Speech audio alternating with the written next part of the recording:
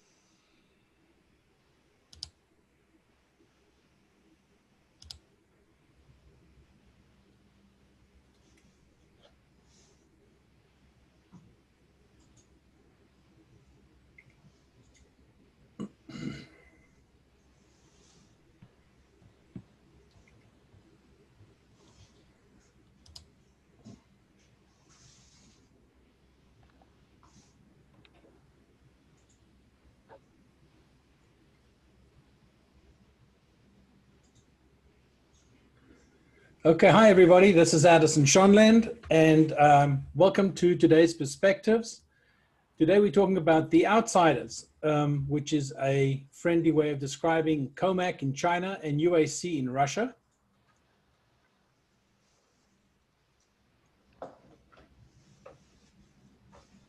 Next slide, please.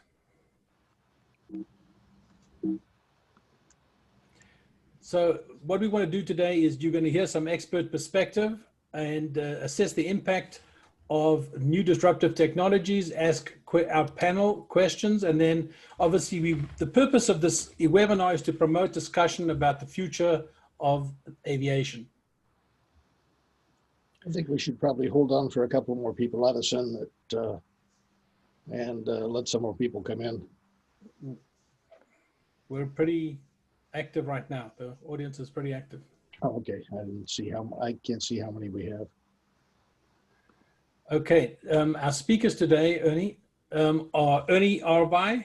I'm not going to dwell too much on his background. You're very familiar with him. And Michel Merluzeau, also well known to the audience.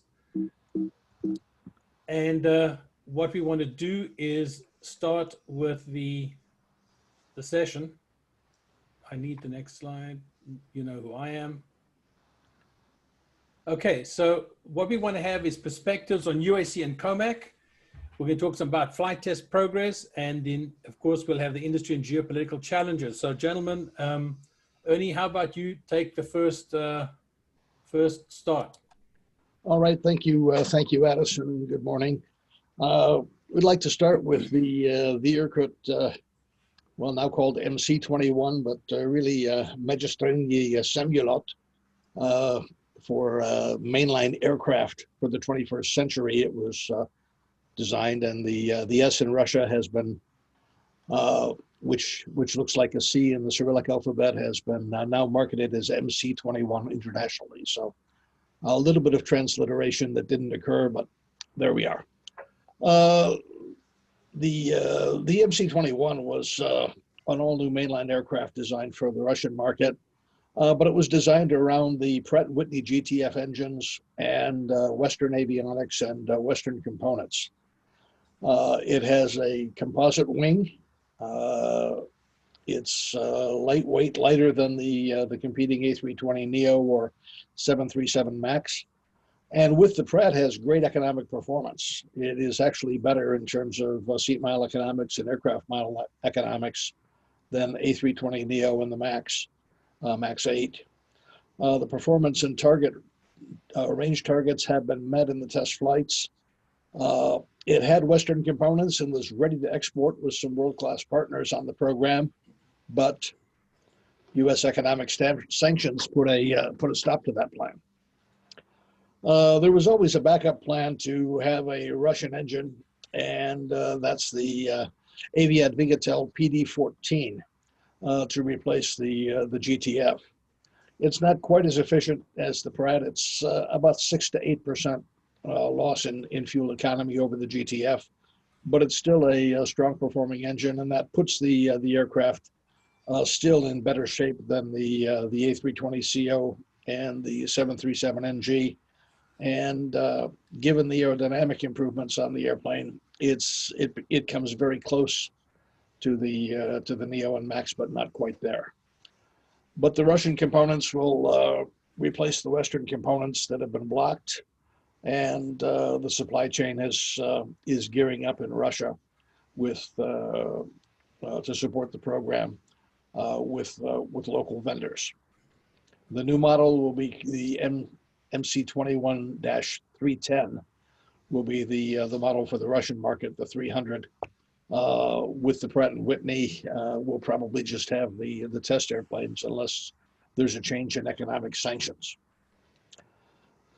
The airplane is still a viable competitor. It should be strong in the Russian market. Firm orders stand at 175 aircraft currently, with Aeroflot to be the launch customer for the aircraft. The program status: the four flight test aircraft, all GTF powered, in existence today. The PD-14 test aircraft is almost ready. They're going through a lot of the testing. You can see the water ingestion tests on the right side in the photo were completed in August. Certification late next year, maybe early 2022, depends on what happens with the engines and if anything changes with sanctions after the U.S. elections. Testing continues, and some of these tests will be probably okay for certification of the airplane with the other engines. So they're not going to lose a lot of time on the program. With that, it's just a matter of whether the PD-14 will be on time or not. So what's the end result? Well, the U.S. sanctions will turn around and aid Russia in developing its own engine industry. We think the learning from the PD-14 will help the PD-35, which will be the engine for the CR-929 wide-body with China, assuming that joint venture, which has been a little shaky, goes through. This will, over the longer term, create more competition for both Boeing and Airbus, as well as competition for Pratt, GE, and Rolls-Royce, as the China-Russia bloc will likely order Russian engines. And there will still be some international markets for the airplane. Basically, those places that have been sanctioned by the U.S. So we expect the airplane to show up in Cuba, in Iran, and in North Korea, and in countries that have been basically blocked by the U.S. from buying new aircraft. The Iranian market is by far the largest. There's a need for at least 100 airplanes there. So as this airplane is completed with Russian components and becomes available, we would expect a sale to Iran, because they have a number of 40-year-old aircraft that they desperately need to replace.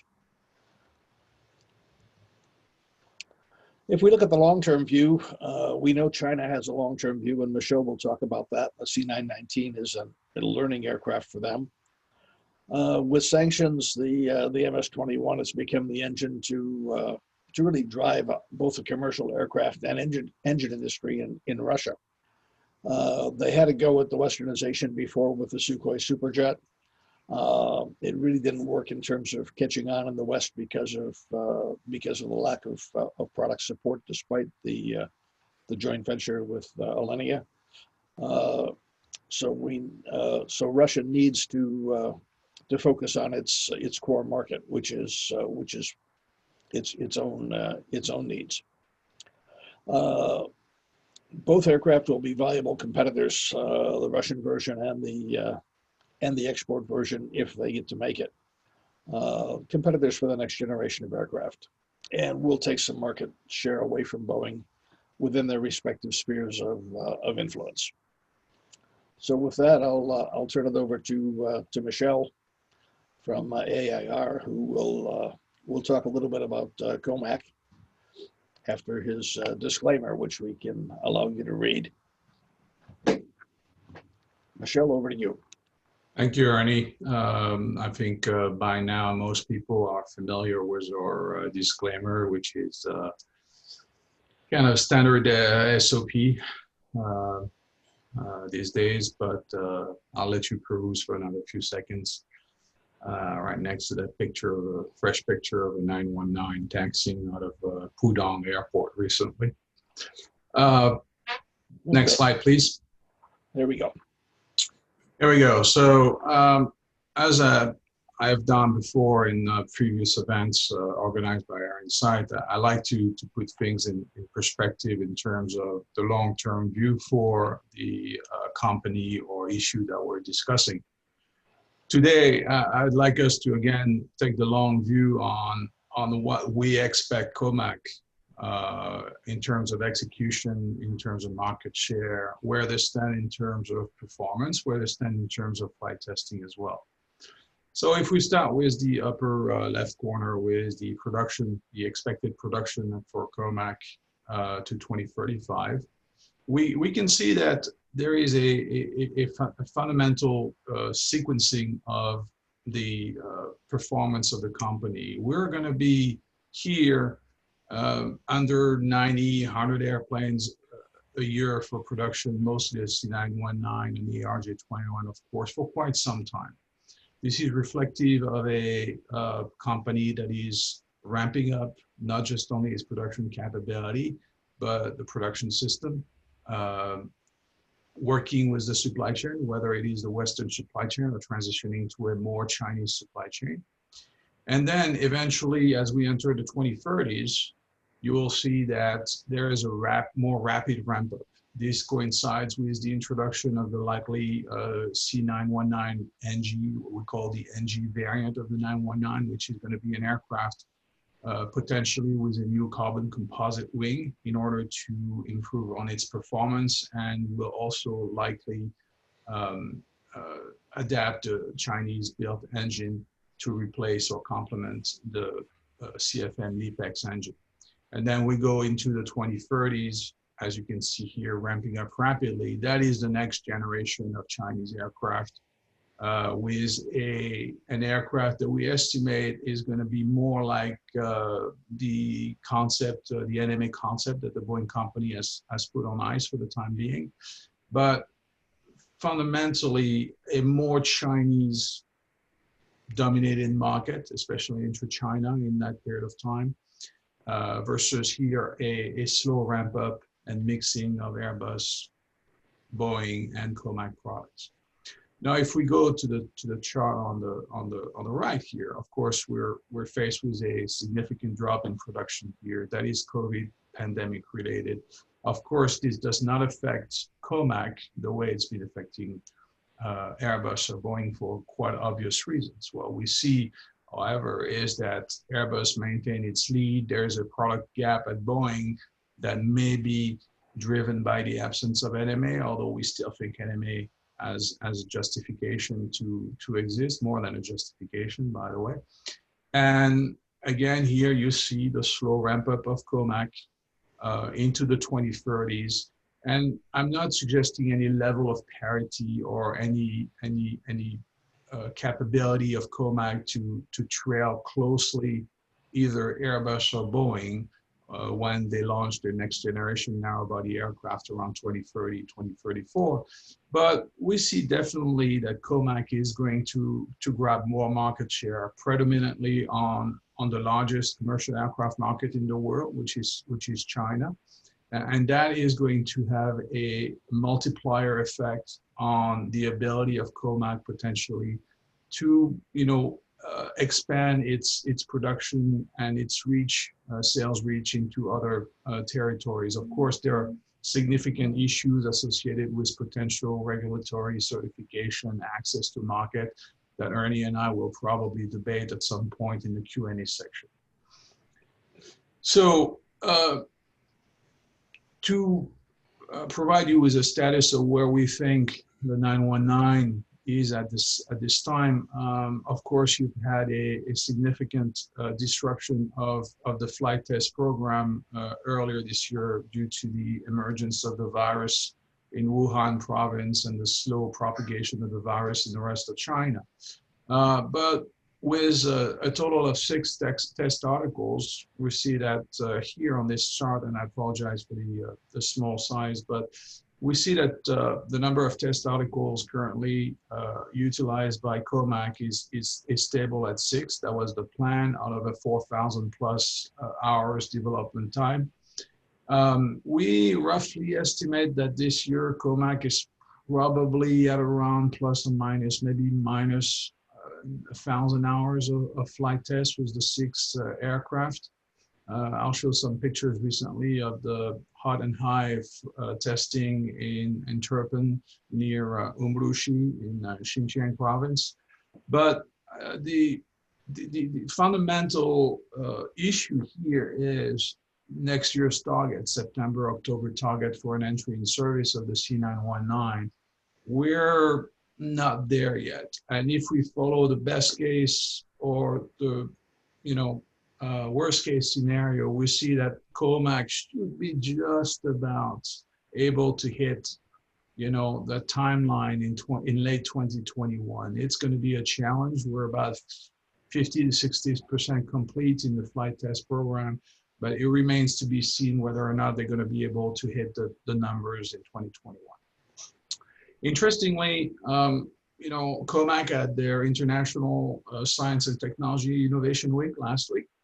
And I think it's a useful measure of really where the enterprise is focusing on recently. And that's got a lot to do with smart operations and smart manufacturing and establishing a service strategy for its commercial aircraft portfolio, as well as looking at certification issues, which are a primary issue of concern with perhaps COMAC at this stage. But really two focus: smart manufacturing, advanced industrial design, a lot of emphasis on the integration of 5G technology, the integration of a supplier to OEM, seamless 5G automation, digitization.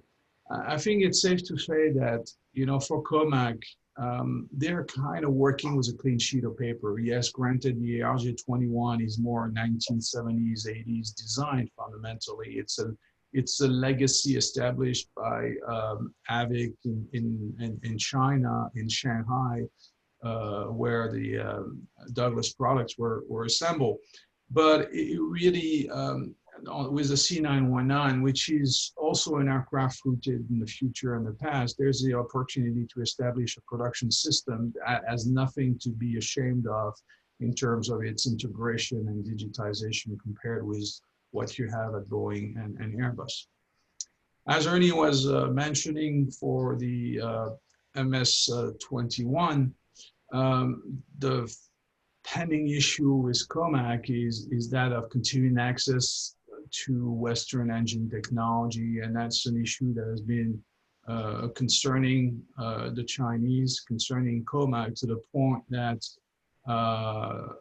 for the time being, they used to ask for export license for 2 free items engine. Now they're asking for export license for a significant volume of engine at the same time in order to ensure proper supply downstream. At this point, I can't give you an exact number, but let's say it's in the upper hundreds of engine at the same time.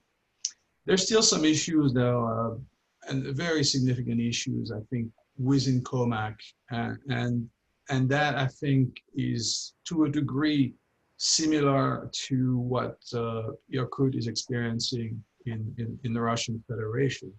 There's one issue of culture, and that issue of culture applies not only to COMAC, but to the entire Chinese aerospace complex. The Chinese aerospace industry has been very fragmented, and the consolidation of the AVICs and the consolidation of the design institute and the factories is still a work in progress. It's mined with provincial interest, it's mined with political interest, and that is something that is going to be affecting the performance of the Chinese industry deep into the 2030s for sure. Of course, there is also something that the Western industry has been able to more or less work around, is this issue of culture and this continuous feedback process within aerospace companies. In China, it doesn't work that way. It's a very hierarchical, it's very party-centered, and therefore, the competences at the bottom of the pyramid have sometimes few opportunities to provide feedback, to provide continuing improvement suggestions when the information migrate upwards. I think there's some improvement, but we're not there yet. And there's this issue with respect to what the perception of quality and what the perception of an acceptable work is for the supply chain. I think one of the great challenges that the Chinese supply chain is going to face is to really introduce this aerospace notion of quality, of zero default throughout the supply chain, throughout the companies that may not have had the same culture or the same expectations.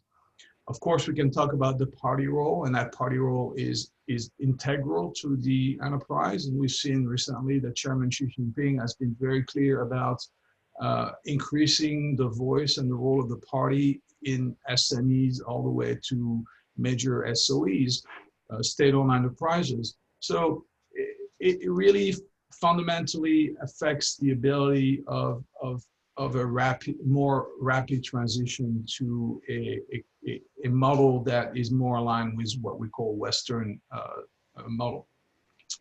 The C919 flight test program continues, as I've said prior to this. Some issues, of course, autopilot, some nacelles vibration. They had to redesign the nacelles a couple of times. The structural issues with the flutter event that grounded the aircraft for a month, and the elimination of the horizontal stabilizer. These are, I believe, known issues.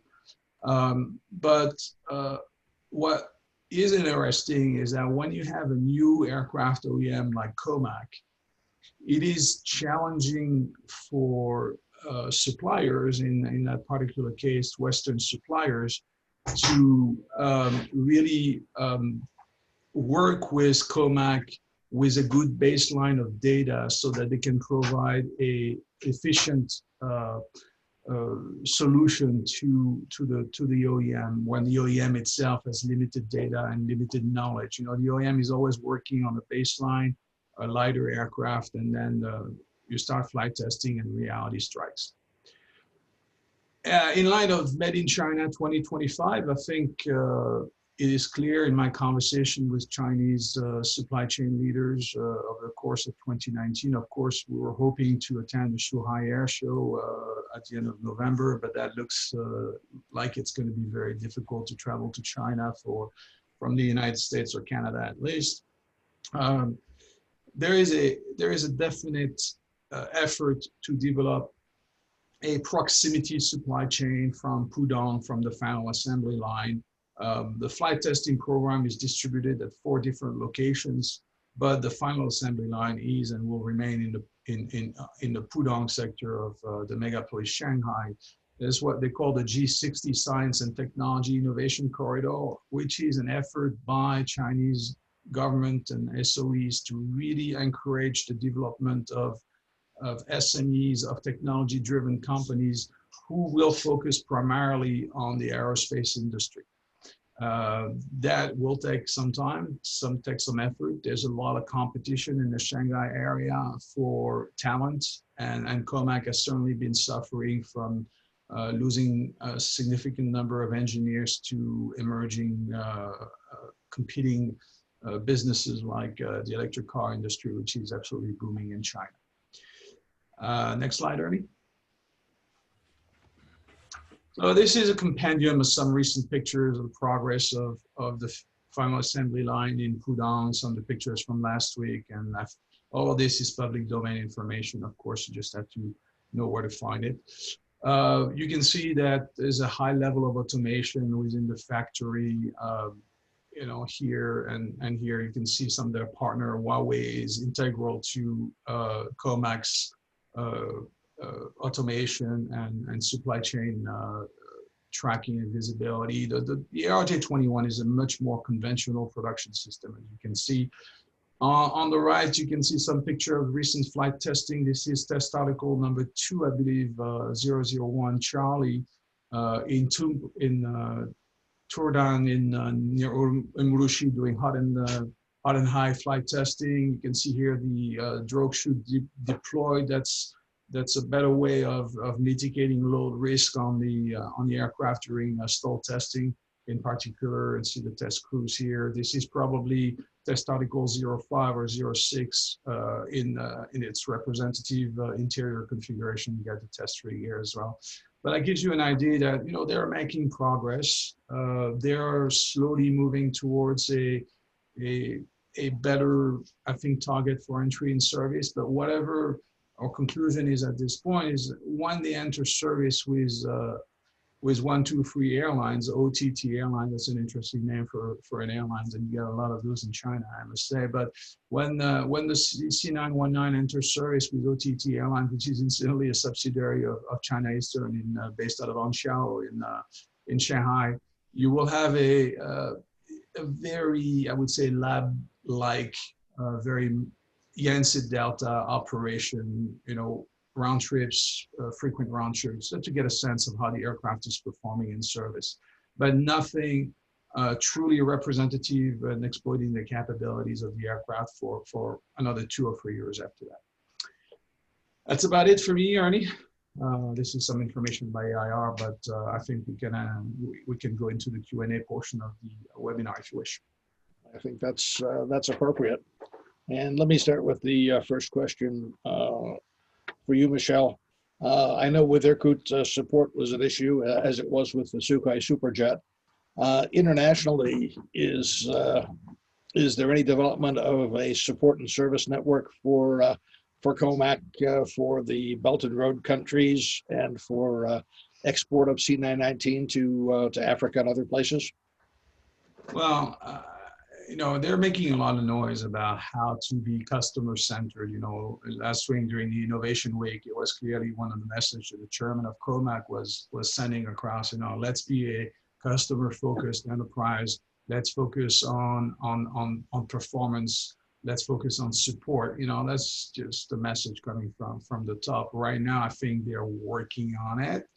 But again, you know, they can learn a tremendous amount from the electric car industry in China. I think we should be prudently optimistic about the Chinese ability to provide support, but we just shouldn't have expectations that we have with an Airbus, Boeing, or an Embraer. It'll take time, but one thing is certain from a capability standpoint: the electric car industry in China has been able to do customer support. Granted, it's a much more simple system. It's a much more, it's an easier, I would say, logistic infrastructure. But if you take a company like NIO, which makes one of the finest electric SUV in the world, I can guarantee you I've driven one of those. It's absolutely fantastic. The customer support has been the focus of that company, and have executed very well. So I think at some point we have to come to terms with the fact that Chinese can do customer support. It's just going to take time. Agree. Does that present an opportunity for Embraer and the Chinese to work together? I think the question the answer to that question is not for us to say. I think it says somewhere in that sinister place called Foggy Bottom in Washington, D.C.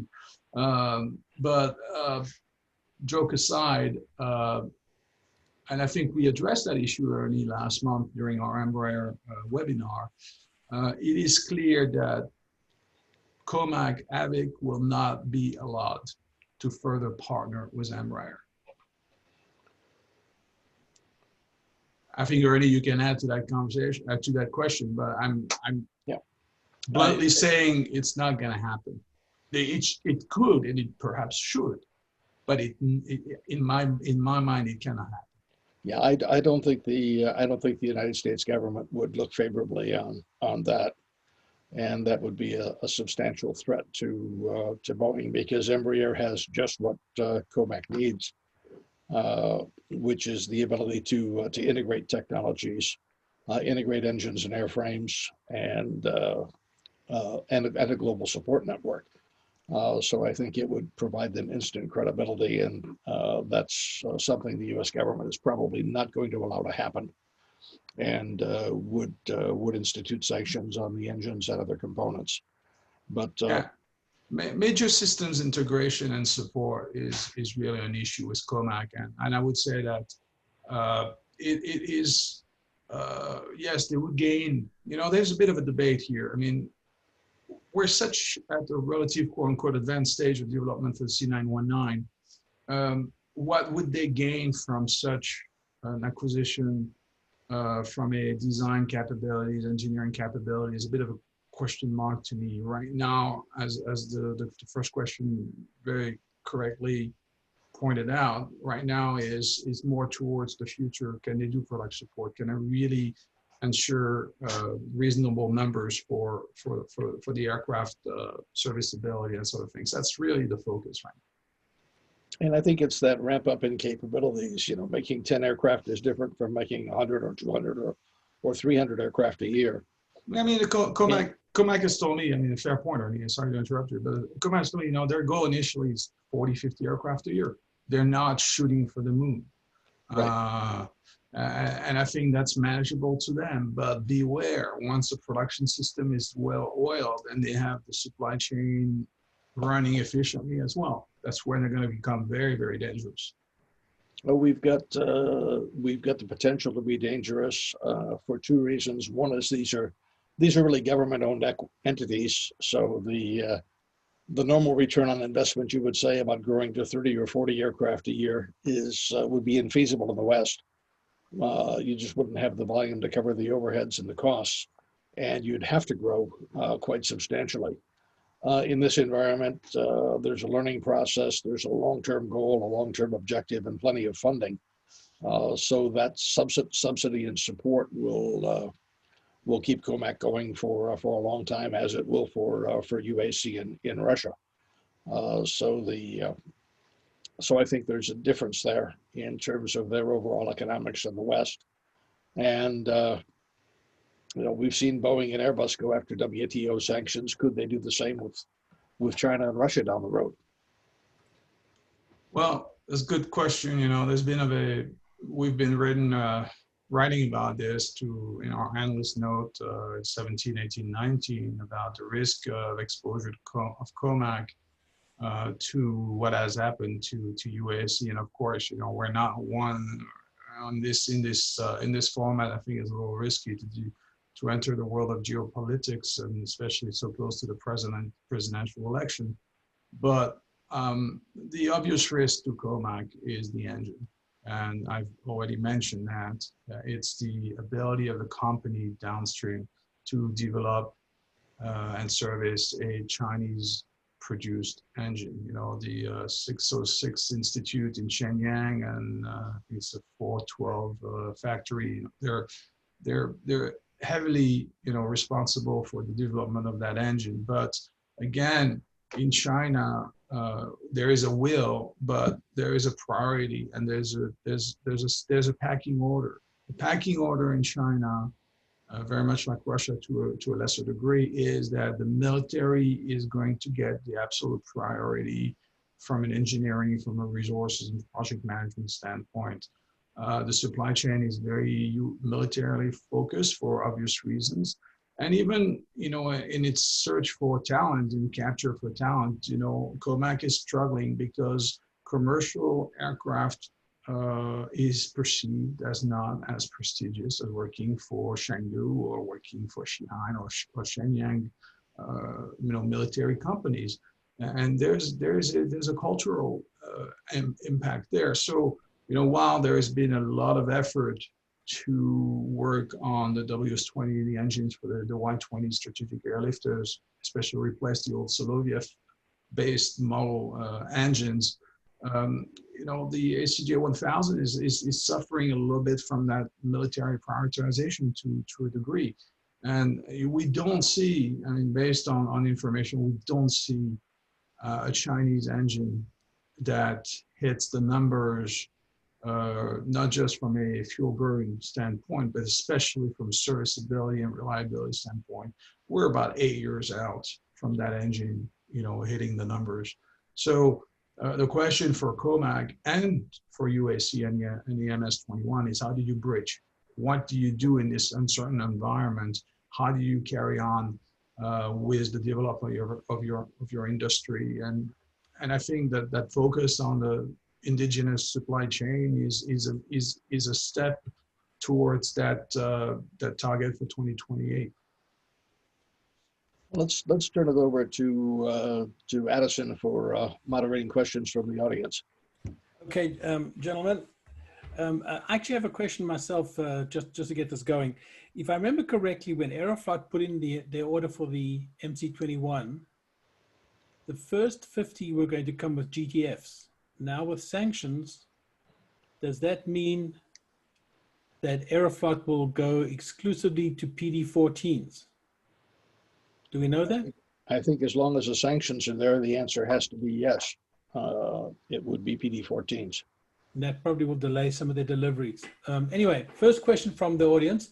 Is the West at risk of becoming an unreliable partner to China, which may lock out Western aerospace companies to the local Chinese market? There's two ways to see that. There's the inevitable, you know, transfer of production and systems to China. It's happening. It's the goal. It's made in China 2025. So that's going to happen. And again, but how do you bridge this? And is there a role for Western manufacturers in the future? You know, with the CR929, and we haven't talked too much about that aircraft, and that's going to come probably in 2027, 2028. You know, the question is the Chinese are still going to need, like Airbus. You know, let's not forget Airbus relies significantly on US suppliers. You know, this is a global supply chain. This is a global industry. There's a fair amount of specialization, particularly in engine technologies, as we've seen.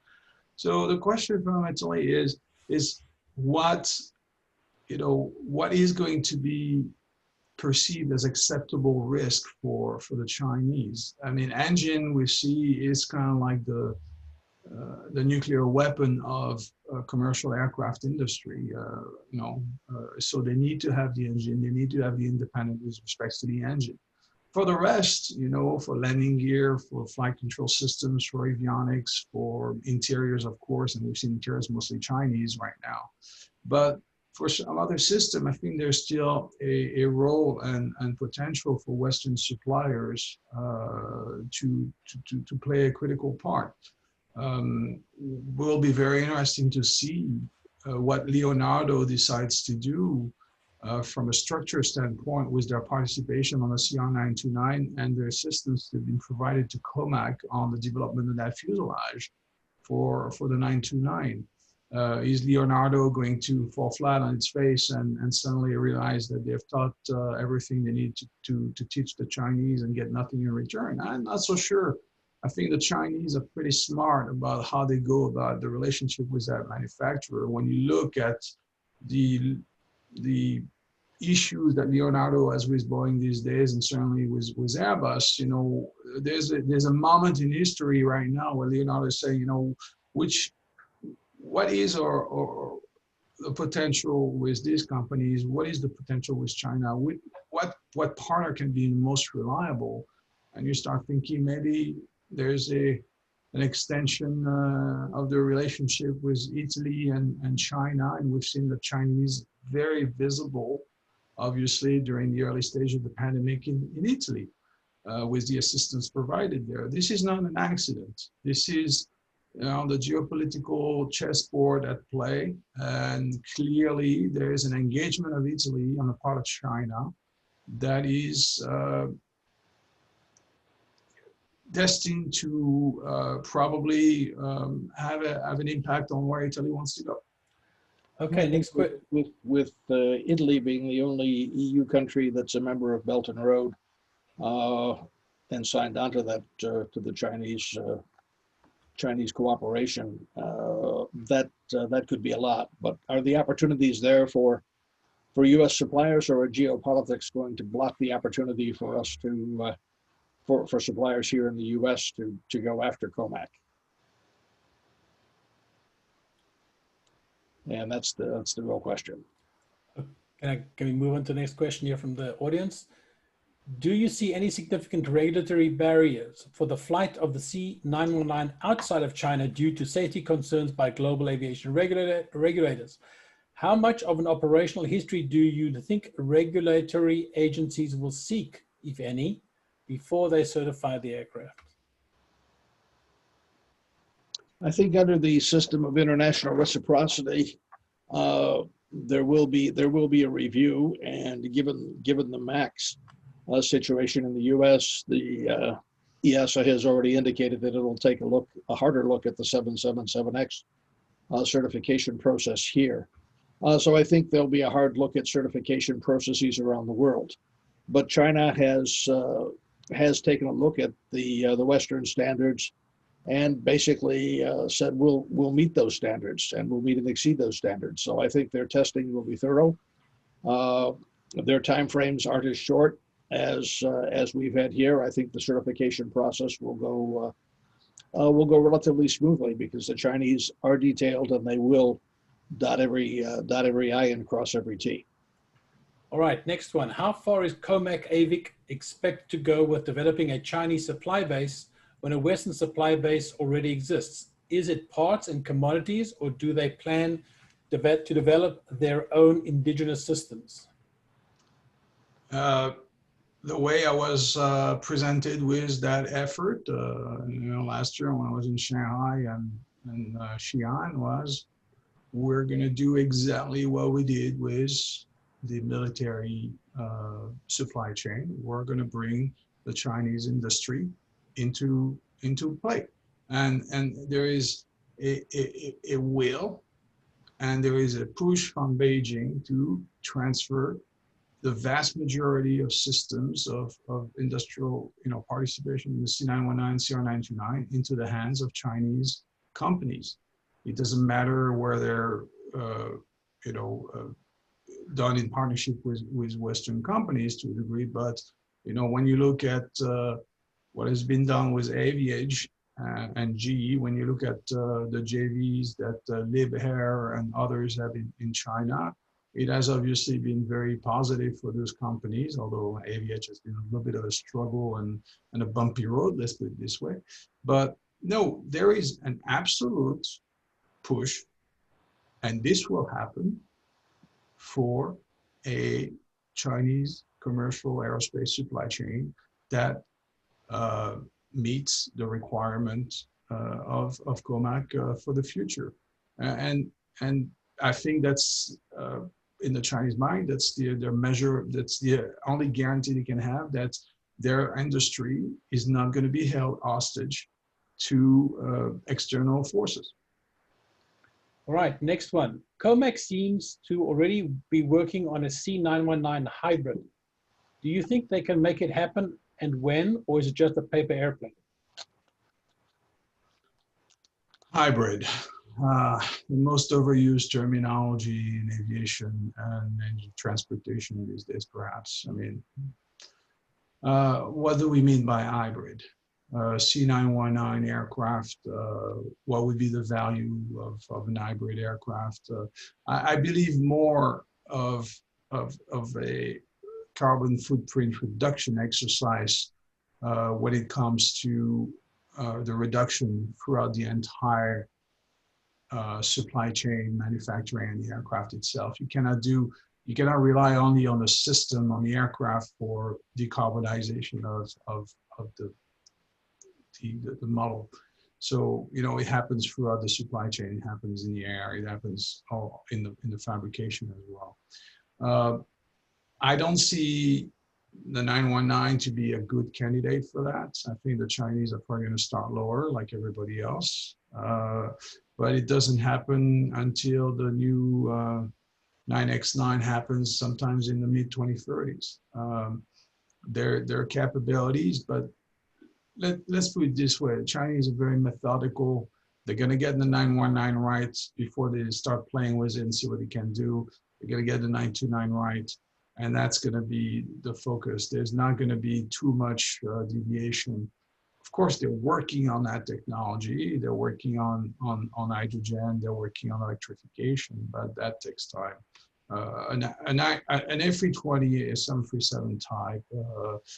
Single-aisle aircraft powered by hydrogen doesn't happen until 2040, 2045. So let's be realistic. Next question. I'm happy to see we go back to Russia here. Performance is certainly important, but so is environmental compatibility. Has the OEM, I guess that be UAC, put any emphasis on carbon offsetting for the PD14?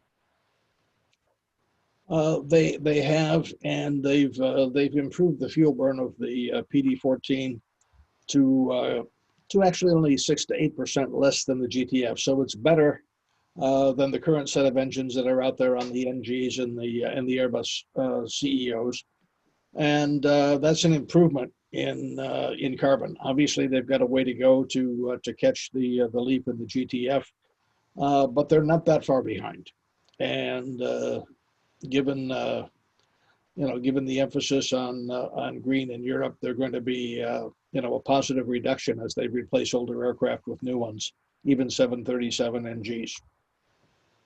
I guess, Ernie, if you think about the PD14 being, let's say, 6% to 8% less fuel efficient than the GTF, but looking at the price of fuel right now, that fuel advantage is really tiny. It's not a big advantage, and the environmental numbers are, of course, more important in the European environment, where they turn into taxes and fees. So it's important to have that carbon offset, but they're doing their best, and they're catching up on technology. They're probably a half a generation behind us at this point, and rapidly closing the gap. Okay, next question is really interesting. Does the CR929 survive COVID? Yes. Yes. Okay. I mean, things don't happen like this the same way they might happen in the West with the Chinese. Those are projects that are state controlled and state oriented projects. They follow a plan to bring more independence to China, and the 929 is part of that plan. COVID, again, when you look at the development of aviation and high-speed train in China, there are two facts. High-speed train is a very expensive, capital intensive, means of transportation. It works beautifully. It has a reduced environmental footprint up to a point. But if you go deep into Western China, if you go into the coastal cities as well, you'll see that the population density and city are limiting the further expansion of high-speed train. And really the 929 has a role to play, not only as an international aircraft, but especially as a major hubs to major hubs, transportation tool between the Beijing, Shanghai, Beijing, Hong Kong, Beijing, Kunming, Guangzhou, and all those places where, there are peak times in those hubs that require the deployment of A330, 787 category airplanes. So there is no, I think, doubt in my mind that the 929 plays an integral role, not only from a plan standpoint, from yet another necessary lab aircraft, but also from a requirement standpoint, part of Chinese carriers. And yet, remember when Airbus came out with the high capacity seating on the 330 for the Chinese market, nobody really bought the plane. Yet. Maybe too soon. Nobody yet. Yeah. Okay. Next question. Please. In the Russian market, the 929 will also be effective. And when you look at high-speed rail as an option, replacing the whole Trans-Siberian Railway, given the distances in Russia, and a lower density of population than China, make the airplane even more critical to the Russians. Next question, please provide more details regarding the structural challenges and delamination issues of the 919 shown on your slide. Not on this form. Okay. All right. Next question. Tell me, gentlemen, what do you think the US election impacts are going to look like, depending on who wins? What do you think happens going forward to companies like COMAC and UAC? Well, it's so you're asking us basically what happens if President Trump is reelected? What happens if Vice President Biden is elected? Yes, that's what I'm asking. Yeah, you know, I think we don't want to dwell too much into politics here, but it's all a matter of what the Chinese are going to respond better to in terms of potential sanctions or, you know, this or that. I mean, definitely, I think COMAC may be better served with President Trump in power for another 4 years because the, you know, relationship is going to be very much business centered to a degree.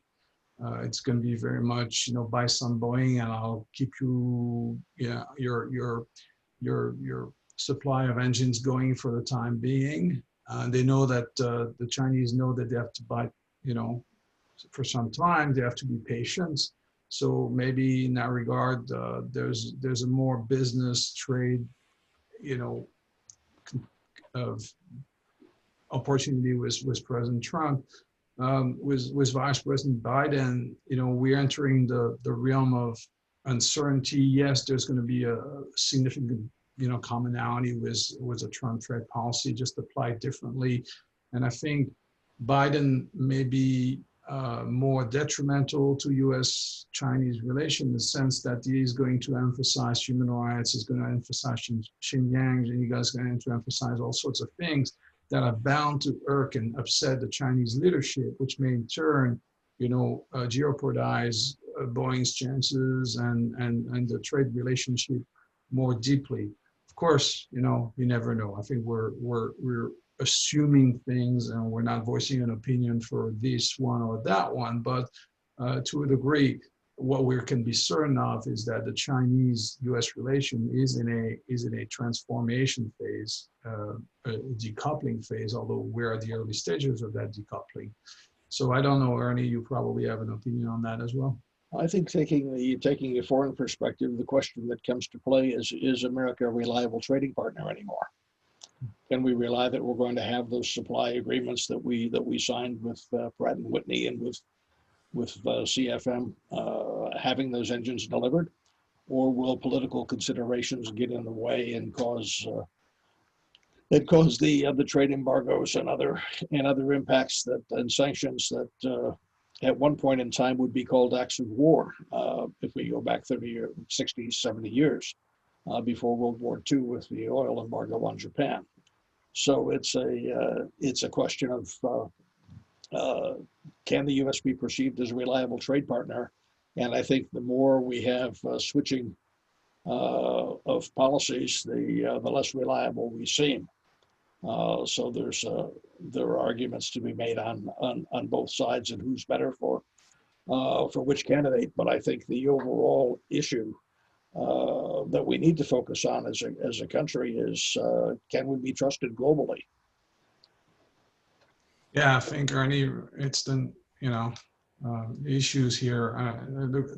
You know, again, I'm repeating myself perhaps, but, you know, the train has left the station. China and to a lesser extent Russia are looking at increasing their independence throughout the supply chain aircraft design and really freeing themselves from as much as possible from US technology, because they know that when their industry, in particular, that applies mostly for COMAC, when their industry becomes a viable competitor, and it happens, you know, in 15 years, it happens later in the 30s, then the full blunt of US sanctions, the way it has been applied to Iran, the way it has been applied to other countries, may come their way. This is hypothetical. But if history serves as an example of what may happen in the future, COMAC is going to look at this, and the Chinese government look at this and say, you know what, we better be prepared.